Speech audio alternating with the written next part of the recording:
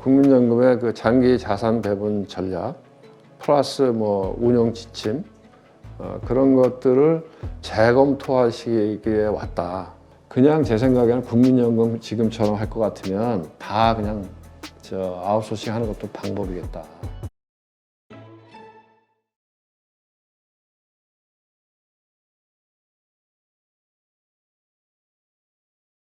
지금 일본 증시 지금의 이 사실 급등 이 모습은 오래전부터 이어져 내려온 정책들의 그렇죠. 연결선상으로 그렇죠. 가야 된다. 네. 그 시작점이 아베노믹스가 거기서부터죠. 시작이 될 때 네, 네. 결국 그 일본 연기금에서 네. 40% 정도 되는 주식을 담으면서 이제 이것이 또 하나의 일본의 그 국민들 네. 부를 또 늘리는 계기가 된 것도 네, 되고요. 네. 그런 얘기를 들으면서 우리의 네. 국민연금에 대해서 다시 한번 생각해 보는데요. 고민할 필요 있어요. 우리는 비중이 크지도 않고 네. 그 가운데 앞으로 더 줄이겠다. 네. 해외 주식을 더 늘리겠다라는 네. 지금 계획을 지금 발표를 해놨잖아요. 네. 그러면 우리 주식이 그만큼 돈이 안 될 주식이냐라는 네. 측면. 네. 지금 싸기 때문에 외국인들이 투자 그냥 말 그대로 네. 국내 해외 가리지 않고 네. 투자의 대상으로 봤을 때 싸냐 비싸냐로 봤을 때 네. 투자의 매력도가 없을까? 이런 생각. 저는 생각에 제가 사실 이제 몇 년 전부터 이런 방송 나왔을 때 그 국민연금을 옹호하는 그 입장이 그런 거다 하는 설명을 드려서 좀 보시는 분들한테 이렇게 좀 뭐랄까요 국민연금 입장을 이해시키는 입장을 좀 제가 말씀드렸었는데 제가 요새 조금 생각이 바뀌어요. 왜냐하면 이제 국민연금이 갖고 있는 그 장기 자산 배분 전략 우리가 그걸 이제 SAA라고 하는데 Strategic Asset Allocation이라고 이야기하는데 그런 정책을 수립한 게 10년도 넘어요. 한참 전의 얘기거든. 근데 이제 그때 큰 방향은 뭐냐면 해외 투자를 늘리고 대체 투자 비중을 높이자 하는 게 큰 방향이에요. 그런데 뭐 그 부분을 제가 틀렸다고 얘기하진 않아요.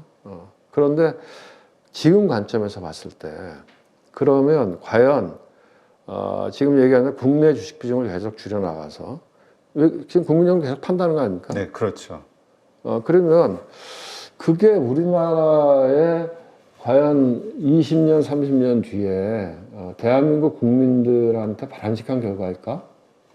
그거에 대한 고민이 있어야 되지 않을까? 그런 생각이 들어요. 그러니까 이제 이 정도 시점에서는 한번 국민연금의 그 장기 자산 배분 전략 플러스 뭐 운영 지침 그런 것들을 재검토할 시기에 왔다. 저는 그렇게 보거든요. 왜냐하면은 이게 경제와 자본시장을 같이 연결해서 봐야 되는데 예를 들면 경제에서 돈을 벌어요. 실물 경제에서. 네. 그럼 그 돈이 뭐 은행이 됐든 뭐 주식이 됐든 채권이 됐든 자본시장이나 금융시장으로 흘러 들어갈 거 아니에요? 그러면 그 돈들이 다시 소비나 투자를 통해서 다시 실물 경제로 들어갈 거 아니에요? 네. 그러면 실물 경제가 다시 더 성장할 거 아닙니까? 그렇게 환류되는 게 시스템인데 저희는 지금 연금을 넣으면은 그 돈들이 국내에 환류되는 게 아니고 다 해외로 빠져나간다 이거죠. 그러면 그게 우리 경제에 도움이 될까? 그리고 우리 자본시장에 도움이 될까? 그러면 이제 연금의 수익률 측면에서는 그게 바람직하다 이렇게 얘기할 거예요. 그러니까 연금을 자산 배분할 때는 뭐 밸류에이션 이런 걸 보는 게 아니고 통계적으로 예를 들면 해외 주식의 리스크 리턴 프로파일이 국내 주식의 리스크 리턴 프로파일보다 높더라. 뭐 당연한 거죠. 시장이 크니까. 아니 그래 왔으니까 과거 10년을 보면 과거 10년을 보면은 10년, 20년 통계적으로 돌려보면 예를 들면 선진국 시장, 미국 시장은 뭐 연평균 10% 이렇게 올랐다고 하면 저희는 연평균 한 5%? 반밖에 안 되죠. 네. 당연히 그쪽에 하는 게 맞는데 저희가 고민해야 되는 것 중에 하나가 그렇게 해서 한국의 이 말하자면 실물 경제와 자본시장의 환류 시스템이 계속 돈을 빼가는 구조로 갔을 때 저희 경제도 좋아지기는 어렵다는 거죠. 우리나라 경제도. 그리고 뭐 대통령께서도 뭐 자산 형성에 도움이 되도록 해야 된다 하는데 자산 형성이라고 하는 게 결국 주식 채권 아닌가요? 그렇죠. 그 가격이 올라가야 되는데 그러면 국민들의 자산 형성에도 도움이 안 돼. 그러면 연금을 계속 붙잡고 있으면 연금이 다 해결해 줄 수 있느냐? 안 되거든요. 왜냐하면 그게 20년 뒤에 고갈이 된다, 30년 뒤에 고갈이 된다. 결국은 고갈이 될 거거든요. 그럼 고갈이 됐을 때 어떻게 하냐? 그러면 그럼 고갈이 되면 큰일 나냐? 뭐 그런 건 아니에요. 왜냐하면 이미 고갈이 된 나라가 있거든요. 독일이 고갈이 됐어요. 아, 그래요? 왜냐하면 연금을 먼저 시작한 나라. 그런 나라는 연금이라고 하는 게 늘 보면 정치인들이 막 설계할 때 더 많이 주는 거니까. 그렇죠. 더 많이 주는 구조로 해놓으니까. 그리고 한번 만들어 놓은 걸 바꾸기 어렵잖아요. 우리나라도 공무원 연금이 이미 고갈이 됐어요. 왜? 공무원 연금이 먼저 시작했거든. 그래서 국민연금이 고갈이 됐을 때에도 문제가 없으려면 그 당시에 대한민국 경제가 살아있어야 돼요. 그러면 독일도 지금 그 연금이 고갈됐지만 예를 들면 경제가 살아있으면 지금 걷어서 윗사람을 주는 거야. 그러면 또 우리 자식 세대가 걷어서 우리를 주는 거거든요. 그거 우리가 부가식이라고 그러거든요. 그런데 문제가 뭐냐? 그 당시에 가서 경제가 죽어 있으면 줄 수 있는 돈이 없잖아요. 그렇죠. 그렇기 때문에 연금도 중요하지만 그 연금이 대한민국의 자본시장으로 환류가 돼서 대한민국 경제가 20년, 30년 뒤에도 지금처럼 튼튼하게 서 있으면 연금이 고갈되더라도 문제가 없다. 그런 측면에서 적어도 제가 보기에는 국내 주식을 순매도하는 건 안 했으면 좋겠어요. 지금 이제 연금이 계속 돈이 들어오니까 그러면은 해외 쪽을 계속 사면 점진적으로 한국의 비중은 줄어들 거 아니에요. 안 팔더라도. 네. 그러니까 적어도 순매도하는 건 안 해야 되지 않나 그런 생각이 듭니다. 지금 국내 주식 비중이 14.1%. 근데 이걸 5년 동안 단기적으로 더 줄이겠다. 이게 그렇죠. 지금 국민연금의 계획인데 네네. 얼핏 그런 생각이 들더라고요. 네. 국내 증시가 우리가 말씀대로 PBR 1배. 그러니까 우리가 주가가 상당히 크게 그러니까 우리의 국민부가 크게 오를 수 있는 상황을 만들려는 계획 하에 네. 국민연금이 먼저 딱 사놓고 네. 그래서 차근차근 가서 OECD 선진국 지수나 이런 거 되면은 그래요. 외국인들에게 그렇죠. 정말 비싸게 그렇죠. 팔아야 되는데 그렇죠. 헐값에 이 진짜 PBR 0.2, 0.3, 0.4 네. 이런 주식을 헐값에 다 넘기는 거 아니냐 지금 시점에서. 뭐 일리가 있습니다. 일리가 그리고 있고. 국민연금은 비싼 해외 주식 사고. 그러니까 그리고 제가 생각하기에는 국민연금이 이제 다른 측면에서 예를 들면 지금 국내 주식을 일정 부분은 바깥에 맡기고 운용사나 이런데 자산운용사에 맡기고 일정 부분은 국민연금이 자체적으로 하고 있거든요. 근데 국민연금이 자체적으로 하는 부분이라고 하는 거는 사실은 그냥 지수를 따라가는 거거든요. 그래서 지금 우리나라 이 주식시장을 보면 제가 보면 참 안타까운 게 이 굉장히 심지어 제가 이제 자조적으로 얘기하면 제가 주식운용 펀드 매니저 할 때보다도 별로 나아진 게 없다. 20년 전보다. 왜냐하면 그럴 기간 투자가 비중이 너무 낮으니까. 그러니까 이제 그 변동성도 크고 그 다음에 외국인들에 의해서 좌지우지되고. 그래서 이럴 것 같으면 국민연금 국내 주식운용 부분을 다 그냥 바깥에 맡겨라. 아웃소싱해라. 위탁 운용해라. 다 그냥 바깥에 맡기면 액티브 비중이 확 늘어날 거 아니에요. 그렇죠. 자산운용사. 그러면 국내 기관 투자가가 육성되면서 뭔가 시장에서 뭔가 액티브한 움직임들이 있을 거 아닙니까? 그러면 우리가 이렇게 막 변동성도 엄청 크고 기관 투자가 역할이라는 게 원래 그런 거 아니에요. 주가가 빠질 때 좀 사주고 올라갈 때 팔고 해서 기관의 약간 어떤 면에서 시장에 약간 안전판 역할도 해주고 그렇죠. 지금처럼 외국인 들어오면 우르르 가 사고 외국인 팔면 우르르 팔고 그런 거를 나름대로 기관 투자가 딱 중심을 잡고 해주면 이렇게 외국인들한테 다 흔들리지도 않을 거 아니에요.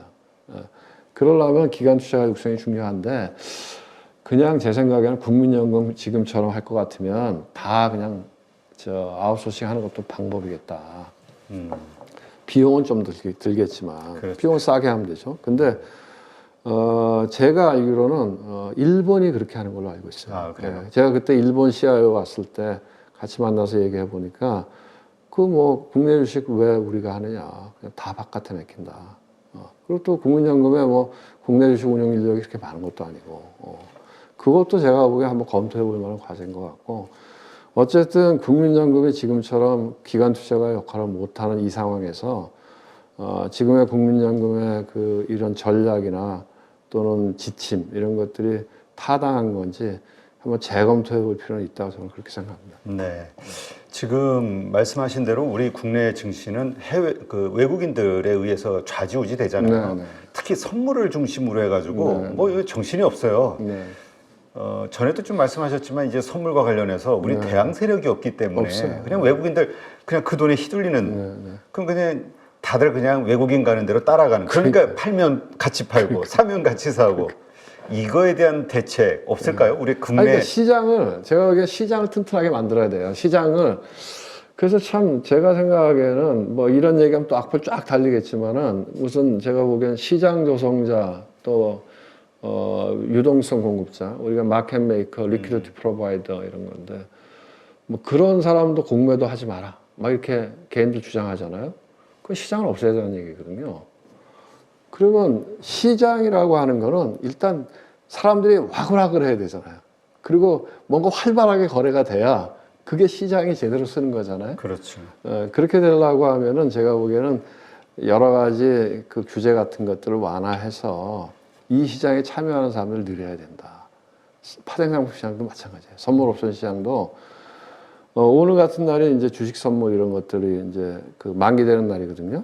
그럼 이렇게 쳐다보면 롤오버하고 이제 그러면 이제 다음 월물로 넘기잖아요. 네. 그걸 우리가 이제 롤오버 한다고 하는데 이렇게 보면 가격 갭이 너무 커요. 그러면 시장에 그만큼 유동성이 없다는 거죠. 더 많은 사람들이 참여하면 시장의 유동성이 풍부해지는 거거든요. 그래서 어떻게 보면 미국 시장 같은 경우 보면 데이 트레이딩 하는 거 무지하게 많잖아요. 알고리즘 트레이딩 무지하게 많잖아요. 네. 그럼 그런 것들의 순기능은 뭐냐? 시장에서 가격이 제대로 형성되게끔 해주는 거거든. 가격에 호가 갭이 없고 그리고 거래가 많으면 누가 작전을 할 수가 없어요. 가격을 조정할 수가 없거든. 그러니까 어떻게 보면 미국 시장이 주식 투자하기가 좀 편안한 게 거기는 누가 주가 조작할 수가 없거든. 예. 근데 이렇게 거래량이 적으면 한국 같은 시장 거기다가 공매도도 안 돼요. 주가 조작할 수 있거든. 외국인 투자가들에 의해서 휘둘리는데 제가 보기에는 외국인 투자가로 잡히는 거에 상당 부분은 저는 한국 사람이라고 봐요. 검은 머리 외국인. CFD 계좌. 아니 CFD 아니래도 돈 많은 사람들은 해외 계좌 다 있죠. 아, 해외 계좌를 통해서. 그래서 어쨌든 시장이 거래가 늘어나고 시장이 튼튼해져야 한국 시장이 제대로 쓴다 이렇게 생각합니다. 네. 지금 사실 그동안 이제 우리 테마주 네네. 천국이라고도 얘기하는 분들도 있긴 하던데요. 네. 우리 막 테마주들의 연속적인 그 어떤 그래서 이쪽 테마가 오르면 확 급등했다가 네. 그 다음에 또 쫙 네. 빠져내려오고 네. 이러한 일들이 여러 차례 벌어지면서 네. 그러한 것들을 쫓아다니셨던 분들 중에 깡통 차는 분들 참 많거든요. 그렇죠. 그래서 이제 막 도박 같다 이런 얘기도 하는데 네. 지금의 이제 이제 밸류에이션 네. PBR이라는 것을 통해서 이 주가가 합당하냐 네. 이거에 대한 이제 생각해 볼 수 있는 여지가 네. 있을 것이냐 그렇다면 결국은 괜찮은 대형주 중심의 장세가 열리는 것이냐 네. 이런 생각을 할 수밖에 없거든요. 네. 근데 이제 제 생각에는 참 그 똑같은 비슷한 연결성에서 생각하고 왜 시장이 그럴까? 그러면 이 꾸준하게 좋은 주식을 사주는 기관 투자가가 없기 때문에 미국은 그게 있거든요.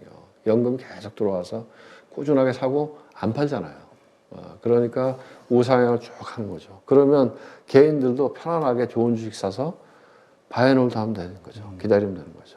그런데 우리 시장은 바이앤홀드 하니까 안 되잖아요.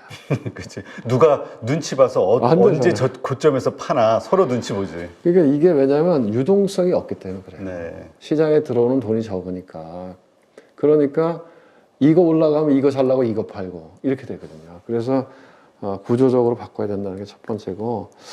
근데 지금 이제 좀 안타깝죠. 사실 국내 기관 투자가가 그렇게 역할을 해줘서 말씀하신 대로 진짜 쌀 때 우리가 사서 비쌀 때 외국인들한테 팔 수 있으면 좋은데 뭐 지금 외국인들이 들어와서 사면 뭐 그 사실 또 물론 이제 뭐 글로벌 마켓에서 우리가 그런 거 가릴 건 아니지만 좀 안타까운 면은 있죠. 근데 외국인들이 만약에 이런 한국의 가버넌스의 변화가 있다고 생각해서 지속적으로 들어온다고 하면 조금은 어쨌든 국내 시장의 유동성이 커지기 때문에 시장 전체적으로 좋아질 가능성은 있다. 그래서 너무 뭐 하나의 테마만 쫓아갈 필요는 없다. 지금부터는 조금 더 어떻게 보면 편안하게 이 플레이할 수도 있는 시장이 아닐까 그런 생각이 들어요. 그래서 시장 전체가 레벨업 될 수도 있겠다 그런 생각은 듭니다.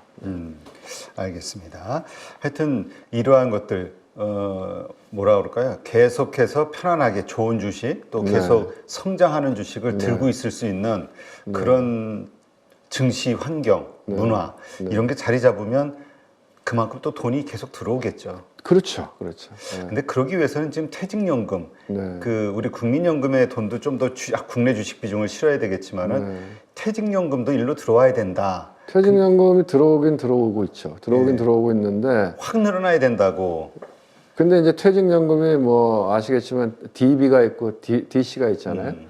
그러니까 확정 급여형이 있고 그 다음에 확정 기여형이 있잖아요. 그러니까 defined benefit하고 defined contribution이 있는데 이 defined contribution, 그러니까 확정 기여형들이 주로 이제 위험 자산을 할 수 있는 거죠. 그런데 이제 우리나라는 아직까지 뭐 노조나 이런 쪽에서는 확정 급여형을 더 선호하죠. 그래서 아직 그 본격적으로 그 주식시장에 많이는 못 들어오고 있죠. 근데 이제 미국 같은 나라를 보면 뭐 거기는 거의 대부분이 그 defined contribution이죠. 그렇게 되면은 그래서 미국 시장이 꾸준히 올라가는 이유가 401k라고 해서 말씀하신 퇴직연금이 계속 돈 들어오면 계속 좋은 주식 사주는 거죠. 바이앤홀드 하고. 그리고 또 국민연금도 사고 외국도 계속 들어가 사고 그러니까 이제 좋은 주식이 꾸준하게 올라가니까 개인들도 변동성은 있지만 내가 좋은 주식 사서 견디면 올라간다고 하는 신념이 있기 때문에 시장이 좋은 거죠. 우리는 그게 좀 약한 거죠.